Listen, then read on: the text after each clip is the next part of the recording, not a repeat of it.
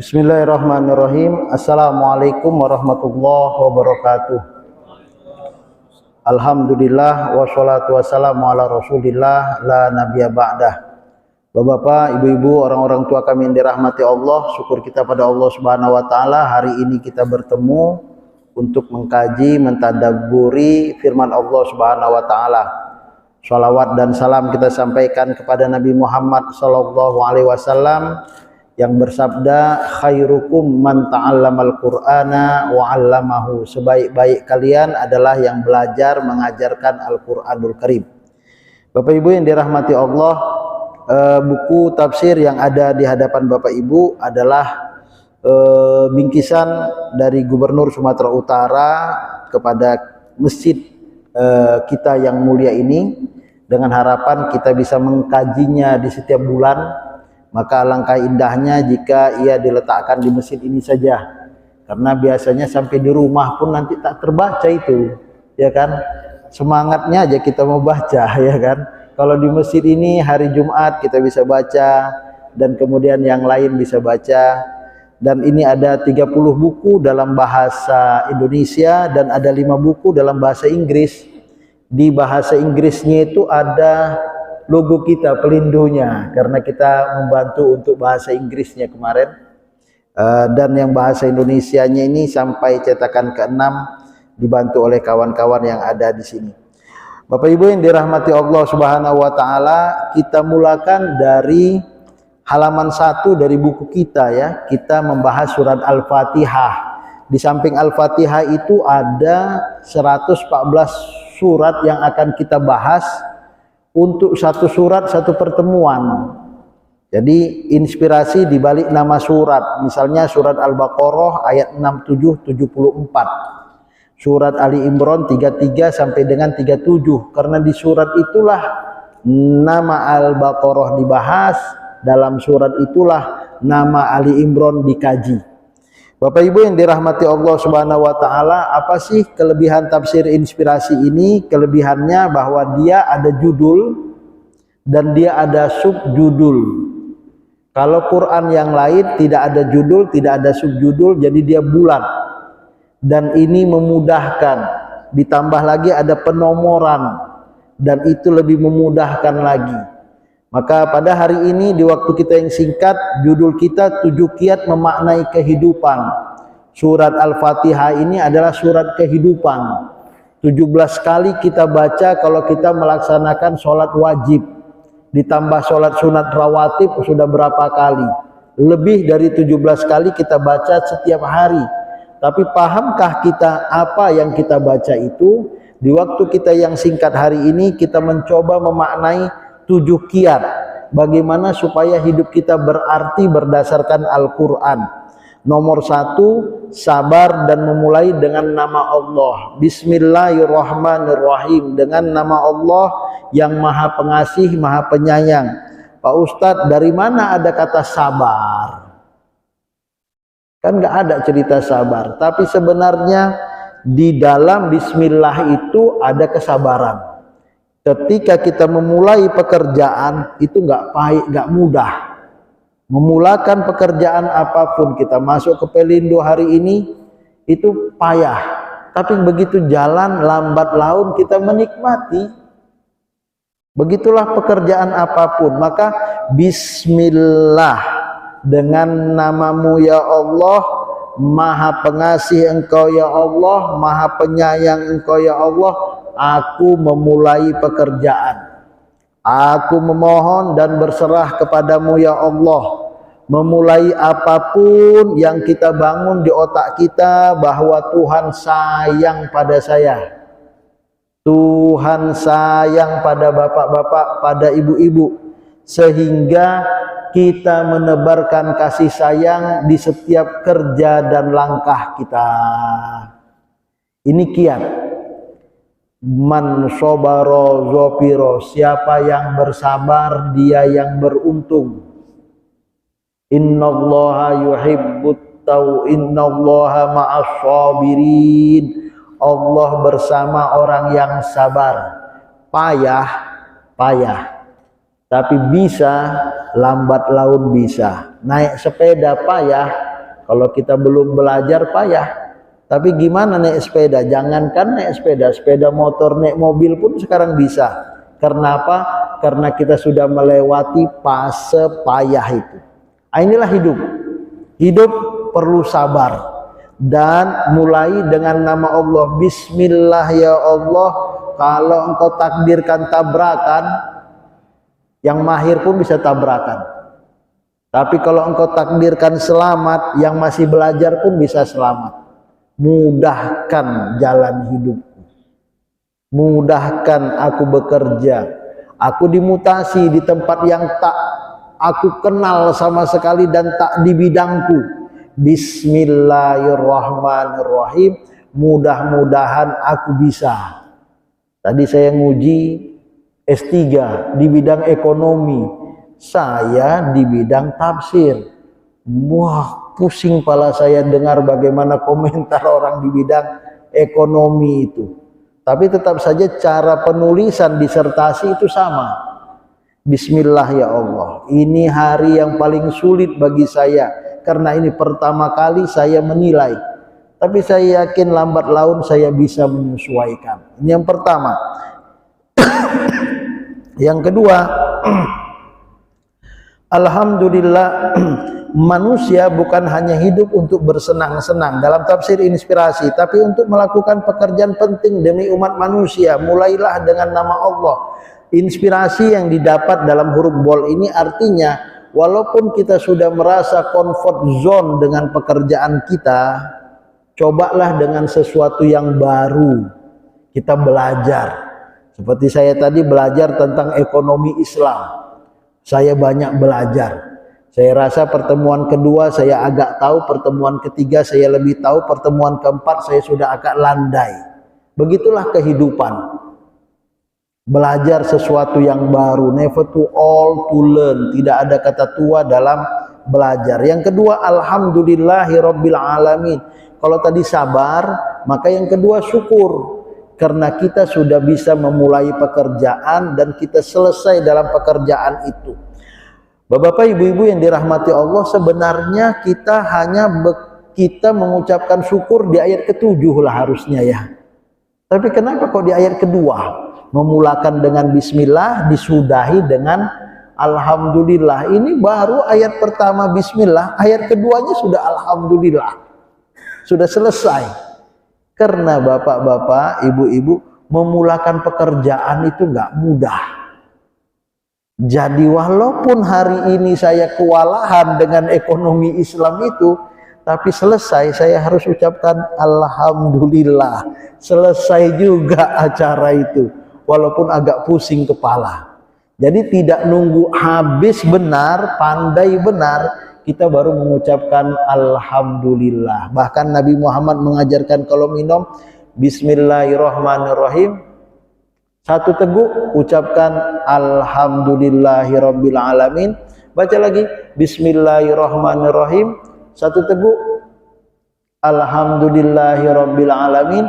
Baca lagi bismillahirrahmanirrahim, satu teguk. Rasakan bagaimana air mengalir, alhamdulillahirabbil alamin. Tidak bismillahirrahmanirrahim, alhamdulillahirabbil alamin. Boleh juga, tapi begitulah menikmati proses. Seperti orang main volley, kalau sudah selesai give 5 katanya kan, baru 1-0 sudah langsung mengucapkan terima kasih kepada kawan-kawan, give 5 ya kan. Tos dulu, kita tos biar semangat. Begitulah Islam. Baru mulai alhamdulillah, karena the first step is half done. Langkah pertama itu separuh dari pekerjaan kita sudah selesai. Mau masuk saja kuliah itu sudah hebat. Selanjutnya tinggal nunggu tamat. 4 tahun tiba-tiba tamat.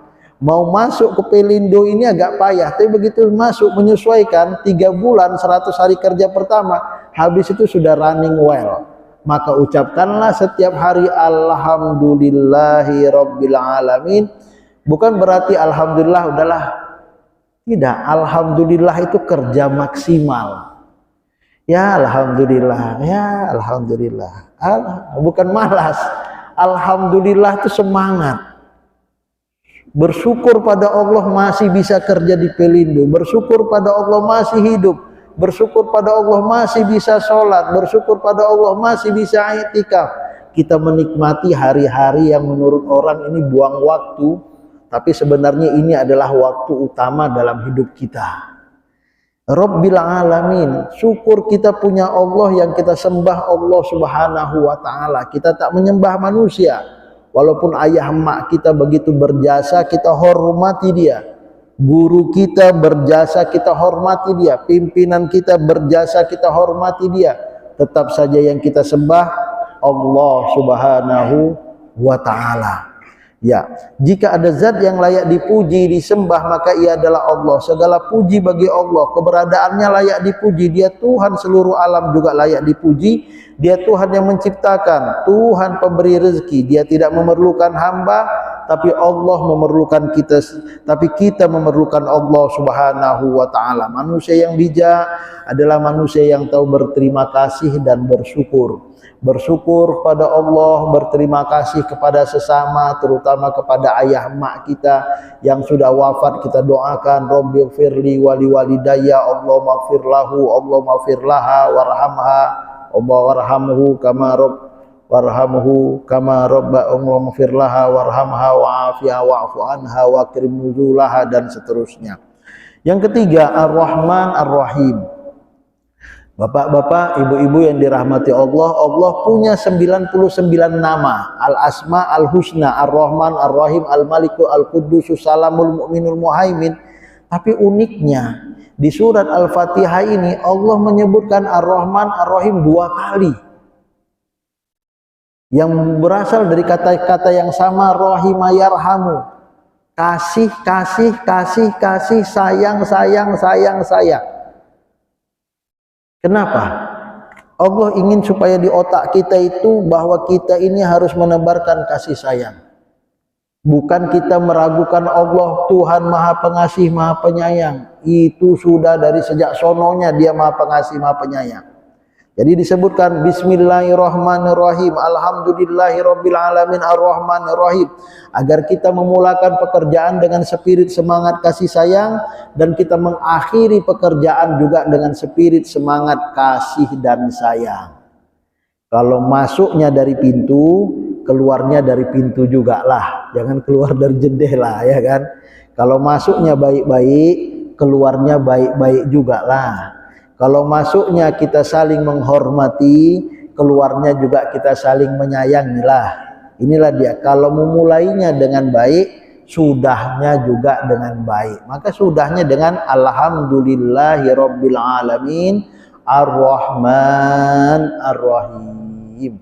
Kita ingin orang senang kita berada, dan kita ingin kita pun senang ketika dia berada.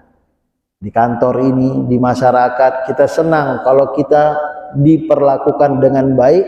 Maka Al-Quran mengatakan memulai dengan baik, sudahi dengan baik. Jangan masuknya enak, pulangnya begaduh, nggak enak itu, ya kan? Ya, kita menemukan begitu. Pada waktu kampanye akur, setelah menjabat akhirnya berantuk. Selesai jabatan bercerai pula, berantuk. Waktu nikahnya alhamdulillah engkaulah segalanya. Terakhir ya Allah, berpisah caci maki diantara. Tidak, inilah spirit Al-Quran. Harus lebih baik dan tebar kasih. Ar-Rahman Ar-Rahim. Diulangi nama terbaiknya, yang Maha Pengasih, Maha Penyayang, karena rahmatnya lebih dominan daripada murkanya. Artinya bagaimana kita memperlakukan orang dengan baiklah. Walaupun mungkin orang itu layak untuk dimarahi, anak kita layak kita marahi, istri atau suami layak kita marahi, tapi janganlah. Karena Allah Subhanahu wa taala lebih mengedepankan rahmatnya daripada murkanya. Ya. Allah menginginkan muslim untuk menjadi makhluk yang melakukan terbaik dalam bingkai kasih sayang. Jika ingin disayang Allah, tebarkan kasihnya. Tapi Bapak, kita melakukan kasih sayang, orang respon negatif, nggak masalah. Kita mengharapkan ridho dan rahmat dari Allah. Terkadang ada manusia yang tak tahu berterima kasih. Karena memang kita tidak berharap dari manusia, tapi kita berharap dari Allah. Tapi yakinlah, kita manusia yang cerdas, berterima kasihlah kepada orang yang telah membantu dan membesarkan kita, telah mendidik kita, telah mengangkat harkat dan derajat manusia, karena kita adalah manusia yang bermartabat. Yang keempat, maliki yaumiddin, maafkan, orientasi jauh ke depan akhirat. Lihat ini bagaimana Allah pembalas, Allah pemilik hari pembalasan. Artinya nggak usah balas orang yang berbuat jahat. Walaupun dendam kali, marah kali, mau ku balas. Kalau nggak ingat Allah, lepuklah dia itu, gitu ya kan? Tapi kita tidak, Bapak. Kita masih bertuhan. Astagfirullahaladzim, astagfirullahaladzim, masih waras aku ini, masih waras. Inilah dia pemahaman dari maliki yaumiddin, pemilik hari pembalasan. Biarlah Allah yang membalas. Artinya bagaimana? Kalau kita disakiti, apakah kita doakan doa-doa sumpah serapah? Boleh. Tapi manusia yang waras, kiat memaknai kehidupan, kita tidak membalas keburukan dengan keburukan. Kita membalas kejahatan dengan kebaikan. Kita membalas air tuba dengan air susu. Kita doakan Allah mahdi qaumi fa innahum la ya'lamun, seperti doa Nabi Muhammad sallallahu alaihi wasallam ketika dilempari di Taif. Kakinya berdarah, badannya terlempar. Apa kata Nabi Muhammad? Tidak membalas lemparan dengan lemparan, tapi dia berdoa, ya Allah beri petunjuk kaum Taif ini, dia menyakitiku karena dia tidak tahu. Sebagaimana Hasan Al-Basri dicaci maki oleh orang yang tak kenal dengan Hasan Al-Basri. Wahai Hasan Al-Basri, engkau dicaci maki oleh orang yang sangat menyakitkan telinga. Kata Hasan Al-Basri kepada asisten rumah tangganya, apa yang ada di kebun kita yang panen hari ini? Ada kurma, wahai Hasan Al-Basri. Oke, cari kurma paling bagus, paling enak, paling indah, serahkan kepada mereka yang mencaci. Katakan ini dari Hasan Al-Basri. Bayangkan Bapak, orang caci kita, kita kasih dia hadiah. Nah, itulah memaknai kehidupan tingkat tinggi. Nah, Ustadz Jainal begitu, kadang bisa normal, kadang nggak normal juga, kadang marah juga. Inilah dia manusia, dan inilah gunanya kita terus mengaji. Maka maafkanlah, orientasi jauh ke depan, aku ingin masuk surga. Mungkin cacian mereka itu ada benarnya. Boleh jadi kalau aku balas kebaikan, kejahatan aku pindah ke dia, kebaikan dia pindah ke aku, sehingga aku lebih dekat ke surga. Harapan aku mudah-mudahan dia dimaafkan Allah segala dosanya. Allahumma firli walahu, ya Allah ampuni aku, ampuni dia. Kepada orang yang mencaci kita katakan apa? Allahumma firli walahu, ampuni aku, ampuni dia. Inilah maliki yaumiddin. Allah sebagai pemilik hari pembalasan adalah salah satu alasan kenapa muslim harus memuji Allah subhanahu wa ta'ala, supaya kita nggak begaduh. Kalau aku disakiti, aku balas kau ya. Bapakku disakiti, bapak kau juga disakiti, kan ada gitu. Nggak selesai di tingkat bapak dan kakek, sampai ke anak cucu pun dendam itu nggak selesai. Karena apa? Karena dia tidak yakin akan ada hari pembalasan. Kalau kita mengatakan sudahlah, kesalahan bapak-bapak selesai di bapak-bapak, kita anak-anaknya bisa merangkul, bisa berpelukan, bisa berkasih sayang, karena kita ingin sama-sama masuk surga. Ya, maka maliki yaumiddin ini, dia adalah zat yang maha adil dan rahmat, memperlakukan muslim dengan rahmat dan memperlakukan kafir dengan adil. Muslim masuk surga berkat rahmat Allah subhanahu wa ta'ala. Hari ini menjadi manusia yang waras ini karena rahmat Allah, menjadi manusia yang baik karena kasih sayang Allah.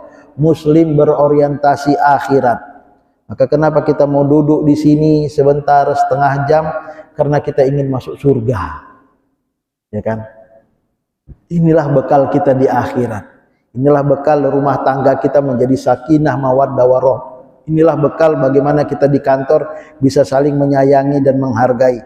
Muslim yang berorientasi akhirat, dunia pasti didapat. Muslim yang berorientasi dunia, tidak akan mendapat akhirat. Sudah berapa menit kita Bapak?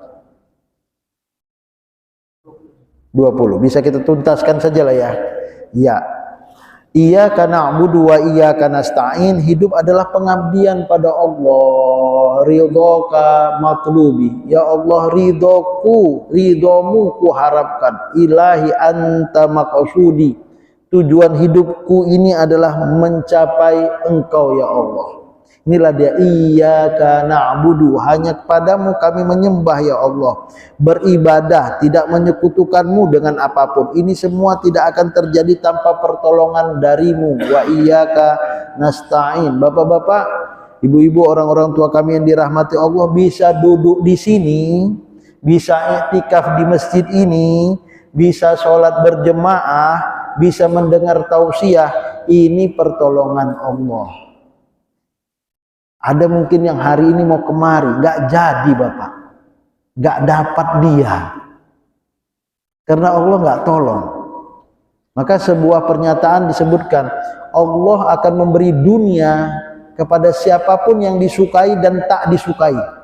Tapi Allah tak memberi agama, tak memberi peluang untuk duduk di masjid ini, tak memberi pemahaman tentang Islam, kecuali orang-orang yang disukai, dicintai oleh Allah. Beruntunglah Bapak Ibu dan saya, karena kita adalah orang-orang yang dicintai oleh Allah Subhanahu wa Ta'ala.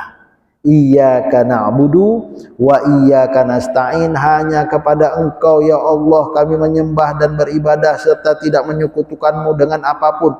Ini semua tak terjadi tanpa pertolonganmu. Hanya kepada Engkau lah kami mohon pertolongan. Kebergantungan kita yang makhluk kepada Allah yang Khalik adalah kebergantungan yang membahagiakan.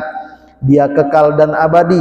Sebaliknya kebergantungan makhluk terhadap makhluk adalah sangat menyengsarakan, karena makhluk tak kekal dan abadi. Hari ini kuat, besok dapat lemah dan punah. Saya pernah suatu ketika bertemu dengan seorang Ustadz Jainal.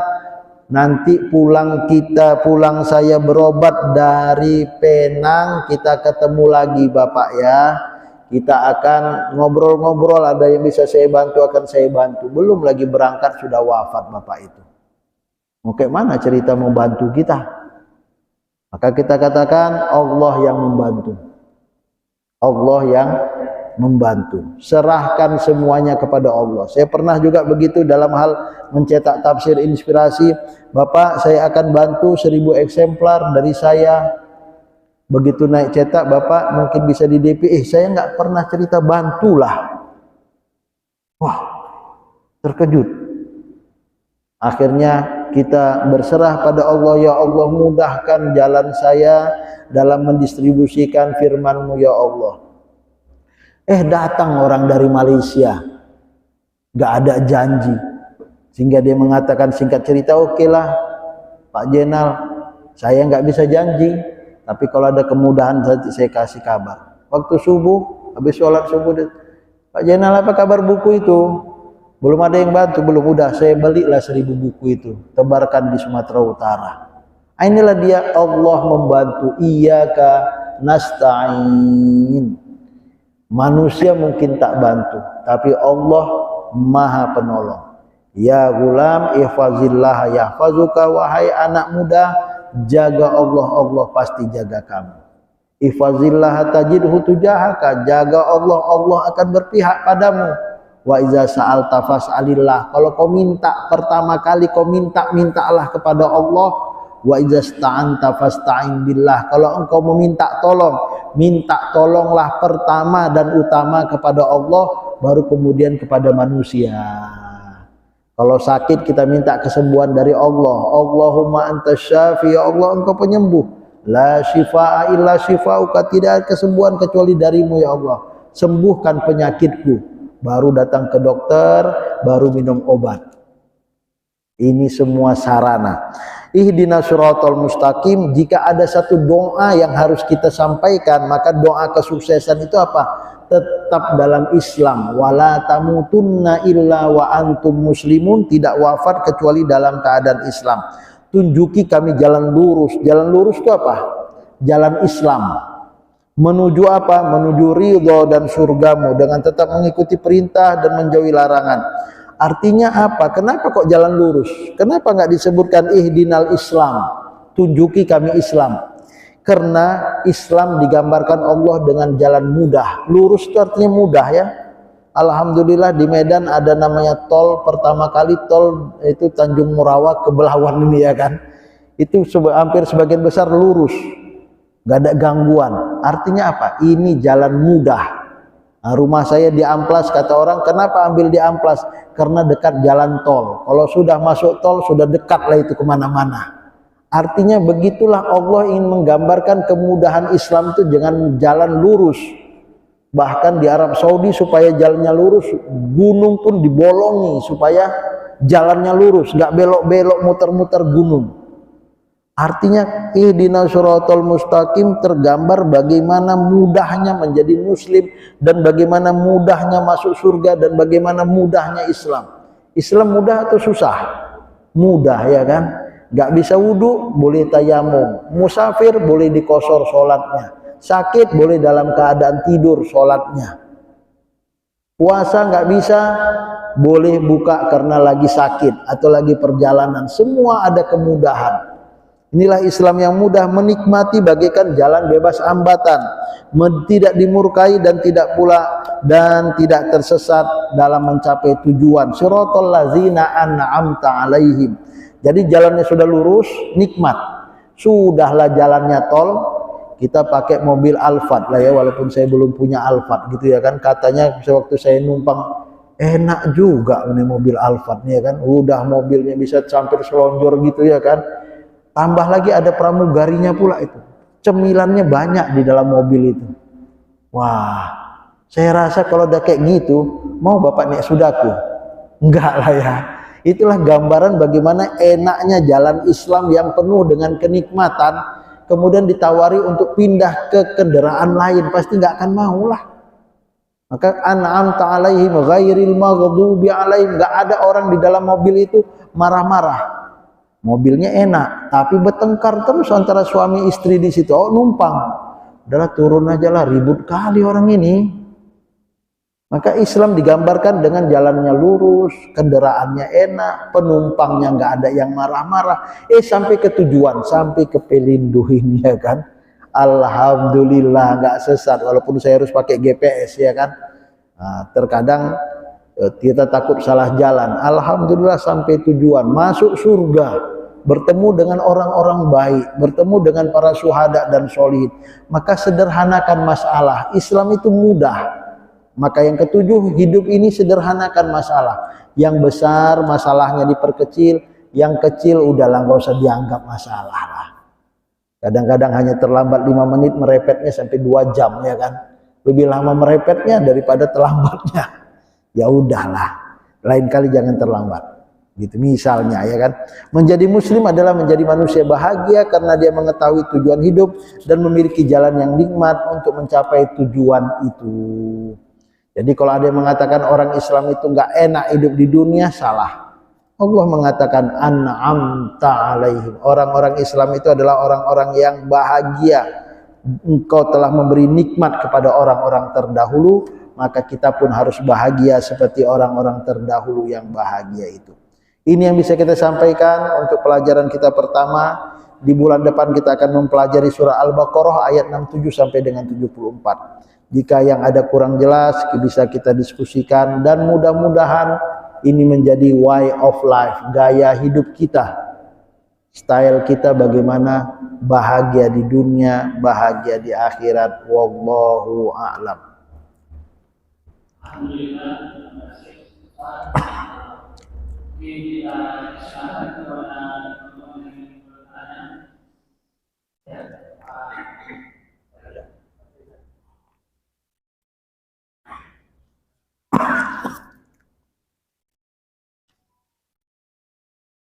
Assalamualaikum warahmatullahi wabarakatuh. Waalaikumsalam.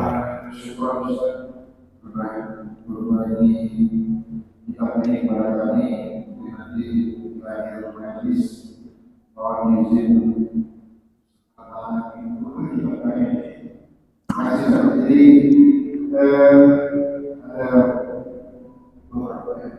didiskusikan. Yang pertama, kalau membaca tafsir tadi, orang Islam itu dia itu ada yang mengerti dengan Islam, ada yang susah. Jadi kalau orang merujuk kepada tafsir inspirasi ini, ada sama Islam yang susah. Kalau mungkin ekonominya akan kategori istri, maka pagi dia tidak boleh susah, dia harus senang. Itu yang pertama. Yang kedua, di dalam keberadaan manusia di dunia itu punya tugas. Yang kita sampaikan di sini, tugasnya adalah tugas penting untuk kemakmuran manusia selanjutnya. Jadi kita ini diciptakan Allah punya misi untuk memakmurkan diri kita dan orang setelah kita. Tetapi di dalam perjalanan kita ya banyak godaan, banyak perubahan, banyak salah. Sementara di surat Al-Baqarah, di situ nanti ada juga disebut orang yang kesal, bikin dia jadi marah dan tidak ingin dia hidup. Kalau itu kepada hari ini bisa, ya kita kan tidak tahu bermakna seperti apa, dan kita berusaha menjaga kita melakukan apa yang diperintahkan di dalam dari Islam. Jadi kita semua tidak tahu. Kadang-kadang kebayang itu dari kita. Bagaimana kalau selanjutnya? Ya, apakah saya orang yang beruntung di sini? Dibandingkan tidak diciptakan. Ya. Oke. Kira-kira seperti apa? Oke.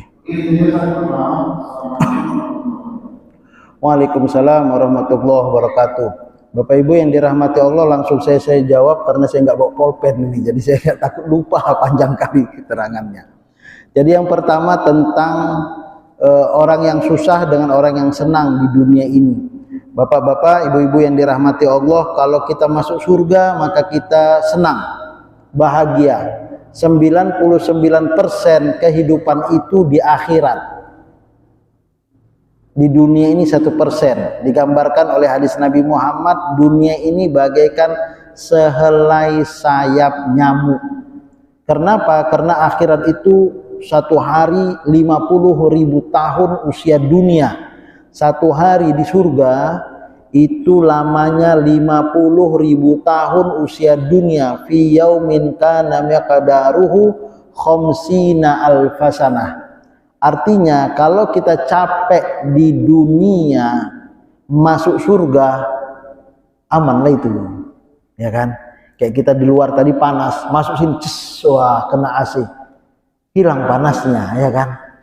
Tapi kebalikan, kita keluar dari sini yang dingin, kena panas, wah payah.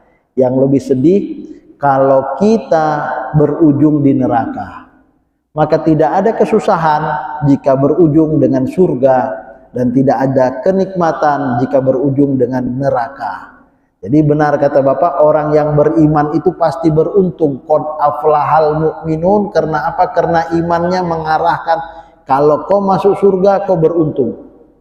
Yang kedua, apakah kita ini dijamin Allah Subhanahu wa taala masuk surga? Tidak ada jaminan, tapi Allah tak pernah ingkar janji. Janji Allah, janji Nabi Muhammad, man qala la ilaha illallah dakhalal jannah. Barang siapa yang mengatakan tidak ada Tuhan selain Allah, masuk surga. Jadi Bapak Ibu, kita harus optimis lah.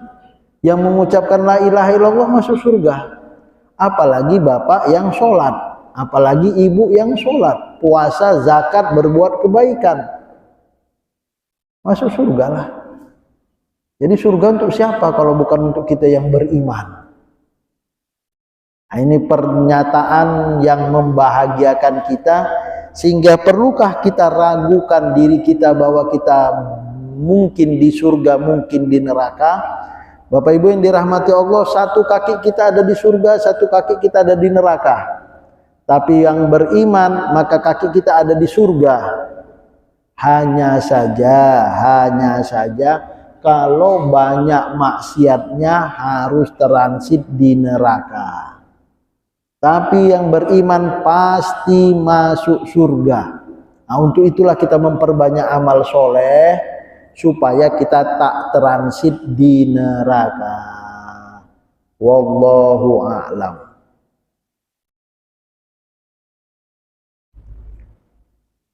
Ya.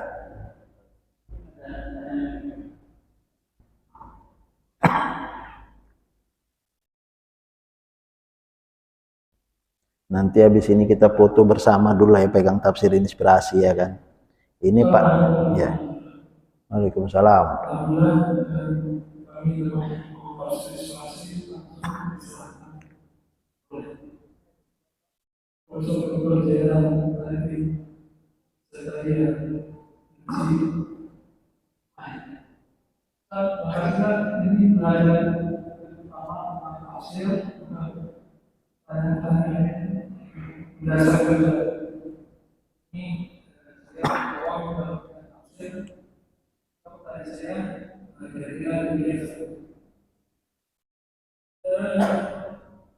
Apa yang dinamakan tafsir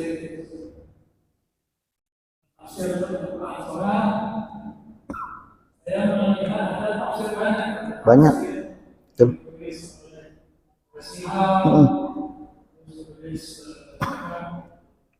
Muhammad Yunus, Buya Hamka, Al-Azhar, Jalalain, Ibnu Katsir, Tobari, Qurtubi. Ada yang luas. Sebenarnya tafsir terbaik itu mana? Apakah tafsir yang ditafsirkan oleh ahli yang di zamannya itu, berarti nasihat zamannya, tafsir ini kalau kita apa ini apa saja. Maka tafsir terbaik di tahun ini adalah tafsir yang dibuat yang Quran yang tafsirkan di dekat tahun ini. Ya. Oke. Yang kedua,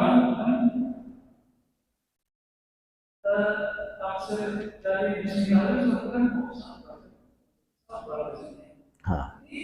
Bahasa panjang mustahil dan lain-lain. Sabar. Iya. Sabar di situ.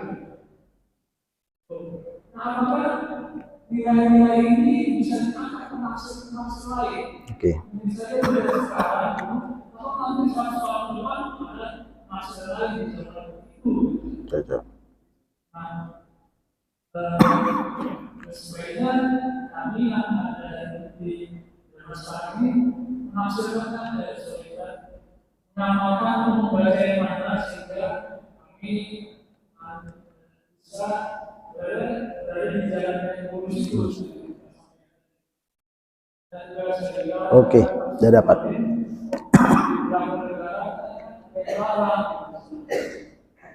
Oke.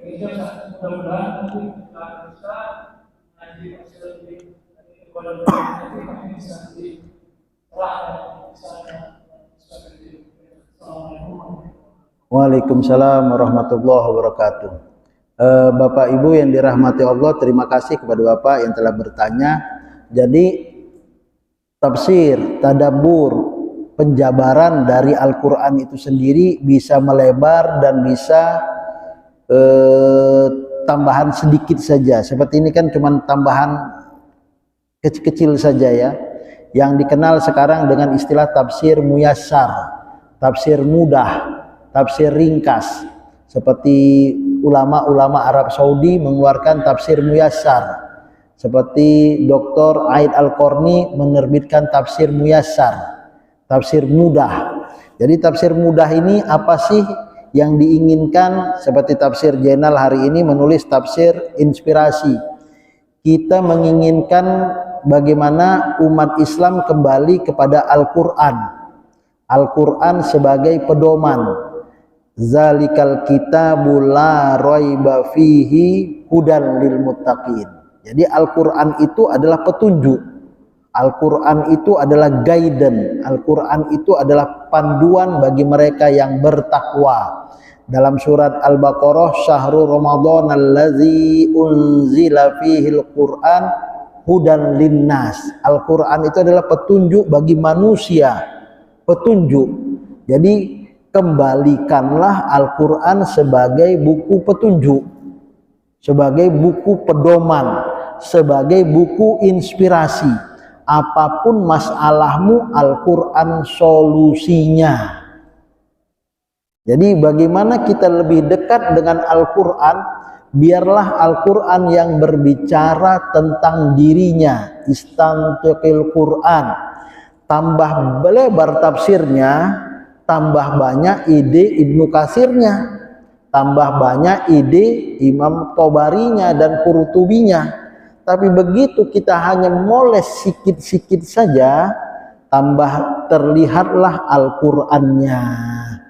Jadi Al-Qur'an dengan gaya tafsir Muyassar ini ingin mengembalikan Al-Qur'an pada hakikat dia sebagai pedoman. Bagaikan wanita yang sudah cantik, gak usah dipoles dempul sampai putih untuk mengatakan dia cantik, ya kan?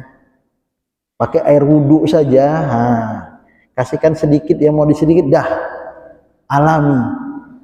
Tafsir inspirasi ingin berada pada posisi itu. Yang kita baca lebih dominan adalah Al-Qur'annya. Al-Qur'annya. Karena kalau misalnya Al-Fatihah diterjemahkan, dibahas sampai 50 ayat, itu yang banyak tambahannya, ya kan? Nanti jadinya kita seperti makan ayam 1 biji, nasinya 5 piring gitu, ya kan? Ya kan? Gimana itu rasanya? Sudah nggak enak lagi. Tapi kita mau kan bagaimana Al-Quran berbicara. Tafsir inspirasi hadir untuk itu. Nah, kemudian pertanyaannya, kenapa kok sabar? Dan kenapa kok bersyukur? Karena memang hadis Nabi mengatakan itu. Sungguh aneh orang Islam ini seluruh urusannya baik. Kalau dapat musibah, dia bersabar. Sabar itu baik. Kalau dapat nikmat, dia bersyukur. Syukur itu baik. Jadi karena ini Al-Fatihah dikenal dengan Ummul Quran, ibunya Al-Quran, maka pesan Al-Quran itu harus sampai pada sabar dan syukur. Jadi ini Ustadz Jenal dapat dari mana? Dari pemahaman hadis Nabi Muhammad SAW pertama. Yang kedua dalam praktek kehidupan. Ada orang memulai nggak sabaran berhasil. Enggak lah ya. Dalam kerja apapun kita harus memulai dengan penuh kesabaran. Nah, alhamdulillah bersyukur itu masih ada hubungan. Jadi hubungan syukur dengan sabar itu sangat identik. Dan dari situlah kita masuk ke dalamnya. Jadi ini Al-Quran dipahami berdasarkan hadis Nabi Muhammad SAW. Karena tak mungkin kita memisahkan itu. Nah, itulah dia Bapak. Jadi kita sangat, jadi kalau tafsir tahun 2000 atau kekinian yang paling menarik apa? Ya tafsir inspirasi lah. Karena Ustadz Jenal menulis tafsir inspirasi kan begitu ya kan. Ini namanya promosi habis ini ya kan. Apalagi sudah dibagi gratis. Saya nggak tahu bagaimana sistem dengan Pak RJ ini ya kan. Apakah kata dia yang bertanya saja Pak Ustadz kasih, yang lainnya letakkan di situ. Kalau gitu yang nanya 2 orang ini dapat gitu ya kan. Yang lain letakkan di situ sampai nanti habis stok tiap bulan ada yang bertanya gitu. Gimana? Ini dari BKM masjid kita lah ini. Pak RJ-nya mana beliau tak hadir. Gimana? Cocok itu? Cocok. Beliaunya yang bertanggung jawab. Kalau katanya kita bagikan semua, bagikan. Minggu depan tak ada lagi. Tapi kalau misalnya yang bertanya saja yang lain letakkan di situ, saya rasa cocok lah ya. Ya, yang bertanya kita kasih, yang membaca letakkan di situ supaya ada pertinggal bagi kita, ya kan. Nah, ini dia. Jadi kenapa tafsir inspirasi ini ditulis? Karena kita melihat dunia ini sangat menginspirasi dan orang tidak menjadikan Al-Quran sumber inspirasi. Padahal ini firman Allah, kalamullah, wahyu Allah. Ini mukjizat akhir zaman loh. Tak ada mukjizat melebihi Al-Quran. Nah, saya ingin Al-Quran hadir di tengah-tengah kita di saat masyarakat Indonesia menghafal Al-Quran dan menggebu-gebu. Sayangnya Bapak Ibu, mereka tak paham apa yang dihafal. Lebih sedih lagi bagaimana yang menghafal bisa jadi murtad. Nauzubillah min zalik. Kok bisa? Karena dia tak paham apa isinya. Maka Al-Quran tidak menganjurkan kita untuk menghafal. Al-Quran menganjurkan kita untuk tadabbur, untuk memahami. Afala yatadabbarunal Quran. Ayo kalian renungi, pahami, tadabbur Al-Quran. Am ala qulubin aqfaluha, atau hati kalian tertutup. Jadi memang Al-Quran ini kait eratnya dengan inspirasi. Itulah dia Bapak. Jadi buku mana? Semua buku baik untuk dipahami. Tetapi yang sekarang bagaimana Al-Quran itu hadir untuk saya. Itulah dia inspirasi dibandingkan tafsir-tafsir lainnya. Kalau tafsir lainnya ketika membaca sirah Nabi Muhammad dalam Al-Quran, kita sampai pada satu titik Nabi Muhammad hebat. Tapi tafsir inspirasi menginginkan Nabi Muhammad yang hebat itu kalian contohlah, jadikan dia inspirasi supaya saya generasi Nabi Muhammad juga hebat. Maka saya banyak menempatkan Nabi dan Da'i. Nabi dan Da'i. Da'i itu untuk saya. Karena biasanya orang membaca Al-Quran ini 2/3-nya sejarah, itu hanya berkesan dengan hebatnya para nabi masa lalu dan melupakan kehebatan generasi kita saat ini. Maka namanya inspirasi. Supaya dia hebat hari ini dan menghebatkan dunia pada saat ini dengan pemahaman Al-Quran yang baik dan benar. Itulah dia tujuan kenapa namanya inspirasi. Harus menginspirasi saya yang membacanya. Bukan sekedar menghebatkan generasi terdahulu. Wallahu a'lam.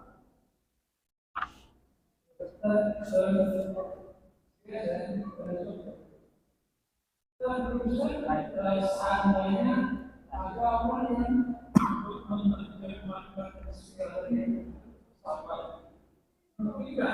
nanti orang ada lagi bersabar berusaha mungkin dia ini optimis istiqomah dia dapatkan inspirasi. Ya, begitulah kata Pak Quraisy Shihab, begitulah para alim ulama mengatakan Al-Quran itu bagaikan mutiara. Mutiara ya. Mutiara yang warna-warni itu mutiara atau permata? Permata. Mutiara itu yang bulat ya. Permata. Yang warna-warninya itu tergantung siapa yang melihatnya. Jadi Al-Quran nggak pernah kehabisan sumber. Kalaulah Al-Quran itu baku, satu saja yang boleh memahami, yang lain tak boleh memahami, maka selesailah Al-Quran pada zaman Nabi Muhammad dan tak ada lagi penafsir-penafsir baru yang menginspirasi, yang menggugah. Jadi bolehkah ada penafsiran baru? Boleh. Selama hal itu sesuai. Maka disebutkan dalam Al-Quranul Karim, fa'ammal ladzina fi qulubihim zayghun fayattabi'una ma tashabaha minhu ibtigha'a ta'wili wa ibtigha'a fitnati wa ibtigha'a ta'wili wa ma ya'lamu ta'wilahu illallah warrasikhuna fil ilmi yaquluna amanna. Jadi yang tak boleh adapun di dalam hatinya, fa'ammal ladzina fi qulubihim zayghun, memang dia ingin mencari-cari dalam Al-Quran ini sengaja untuk merusak.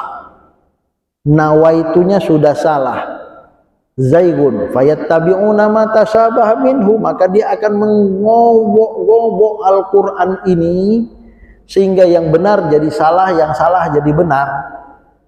Itu yang dilarang. Itu yang dilarang.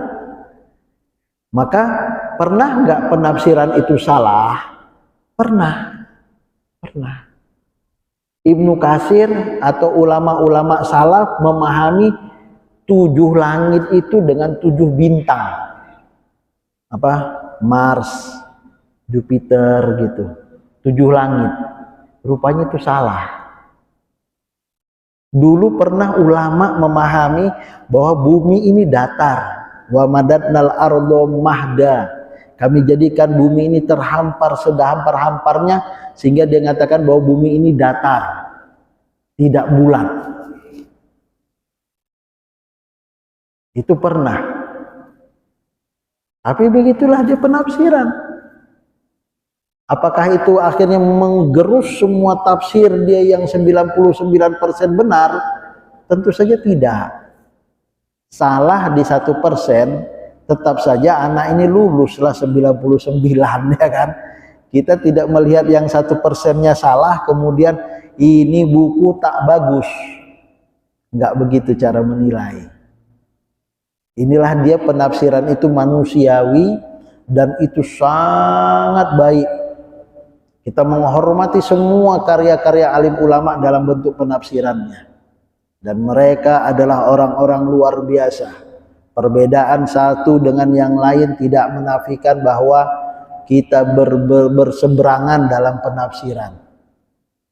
Saya menarik melihat tafsir Zamakhsyari yang Syiah itu, yang Mu'tazilah itu, tafsir Al-Mizan yang Syiah itu, yang dikutip oleh Ar-Razi yang Sunni itu.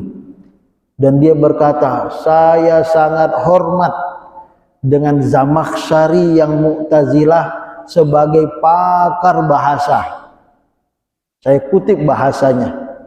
Walaupun saya berbeda dalam sisi ketuhanan antara Mu'tazilah dan saya yang Sunni. Dia menghormati perbedaan itu. Nah, inilah dia ulama-ulama besar yang berbedaan menjadi rahmat. Inilah dia semangat Ar-Rahman Ar-Rahim. Begitulah ulama hadir menyejukkan umatnya. Wallahu a'lam. Bulan depan kita lanjutkan nampaknya nih ya. Mungkin Ustaz kita kasih pertanyaan sampai di sini dengan waktu. Terima kasih kepada bapak-bapak yang sudah menyampaikan pertanyaan. Semoga ini membuka wawasan kita, menambah pengetahuan kita, terutama menambah keimanan kita kepada Allah Subhanahu wa Ta'ala. Amin, amin. Terima kasih ya Ustaz atas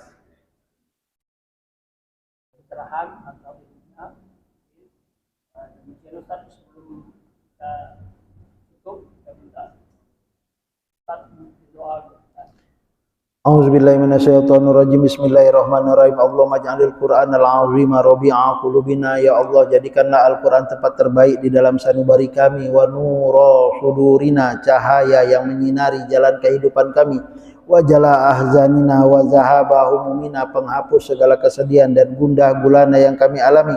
Allahumma habib ilainal iman, ya Allah cintakan kepada kami iman, wa zayyinhu fi qulubina, hiasi ia di dalam sanubari kami, wa karrih lainal kufra wal fusuq wal isyan, ya Allah jauhkan kami dari kekafiran, kefasikan dan kemaksiatan, wa ja'alna minar rasyidin, jadikanlah ya Allah kami hamba-Mu yang cerdas dengan memilih iman dan menjauhi kekafiran. Allahumma rabbana hab lana min azwajina wa dzurriyyatina qurrata a'yun waj'alna lil muttaqina imama, ya Allah berikanlah kepada kami pasangan hidup anak-anak yang menyejukkan mata, jiwa dan hati kami.